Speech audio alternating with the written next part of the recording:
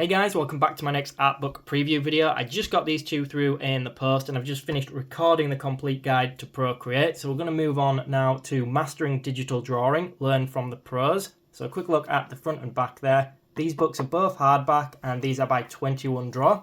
Let's get straight into it. So I wanted to record these books at a similar time so it's still fresh in my mind so that I could mention that these contents pages, some of these chapters, there is actually an overlap in the complete guide to Procreate. So I'll point those out as we go through the book. But hopefully, if you're trying to decide between these two books, I can give you a little bit of an idea or my opinion on the two. The first thing to mention is, although there is an overlap, there are some differences in the artists. Both books start with a sort of a little bit more of a slightly, what I would call a text-heavy section like this, showing more like the tools and the menus that you're going to be using. So this one, as you can see, is Clip Studio Paint, also known as Manga Studio. And obviously that other book is going to be more specific to Procreate. Now, I know that sounds a little bit obvious, but what I mean is this one encompasses a few different digital drawing programs. For example, we're going to see Clip Studio, we're going to see some Procreate as well, and there is going to be some Photoshop throughout.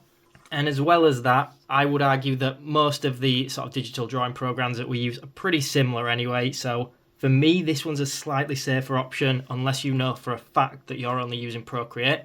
But again, they're both great books, so you can't really go wrong with either. I actually really like the style and the artwork for this first artist, Frank Calico. It's not someone that I'm familiar with, but I'd be intrigued to know if there's any more art books for this guy. Now, the second chapter is the Feefal chapter. You might have heard me mention in the other book video, these are all very well-known artists, especially on modern day social medias and things like that. So Feefal's section in the book is in the other book as well, and is focusing on colour.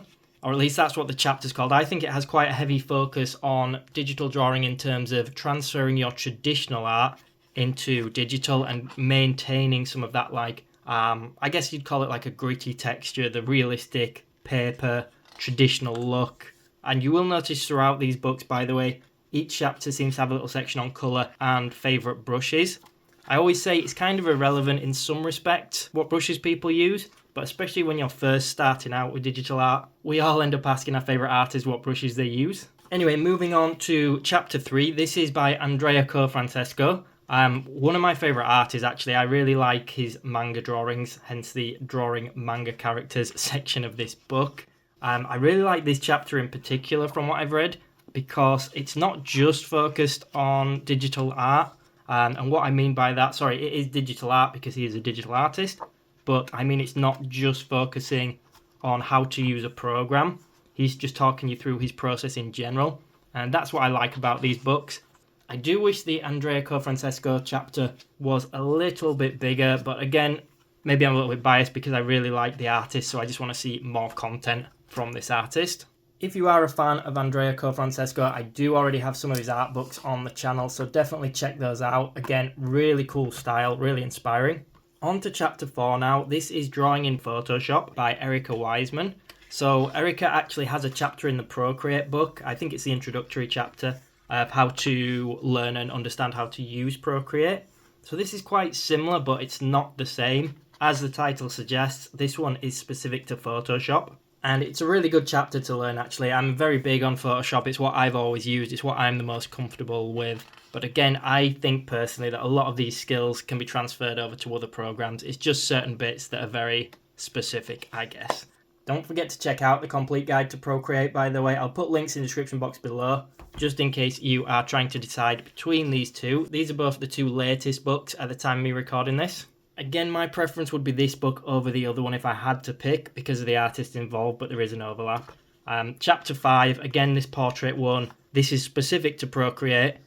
So this one is very much in the other book. So even if you wanted to know some tips for Procreate and learn to use it, you might actually still benefit from this book as much as the other one. So you can see more of these chapters in that other video as well.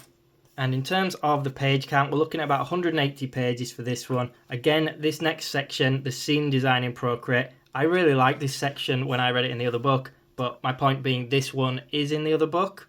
So the main theme of this one, or my takeaway from it, was I draw a lot of characters, but I never know how to place them into a scene or into a background.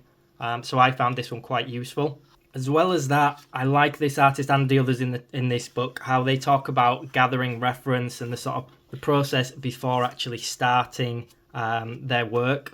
So the last chapter is actually a really good example of this as well. And by the way, I do have more 21 Draw books again on my channel. I will put links in the description box below. They've got a whole range of books, some of my favourite books of all time. And finally, chapter 7, Horror and Fantasy Characters by Zhaofan Zhang.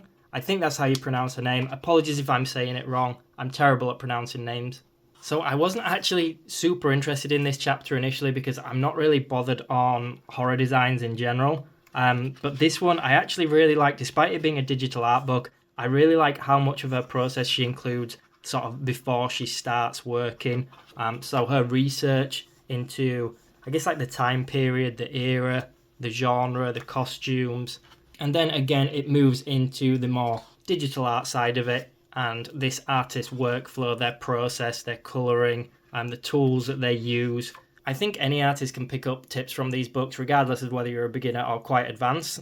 As well as that, there's some nice images throughout the book as well. These books, by the way, I think you can only get them on the 21 Draw website. The physical copies are a bit more expensive, but they do have versions of the ebooks or PDFs that are a lot cheaper. So hopefully a bit more accessible to anybody.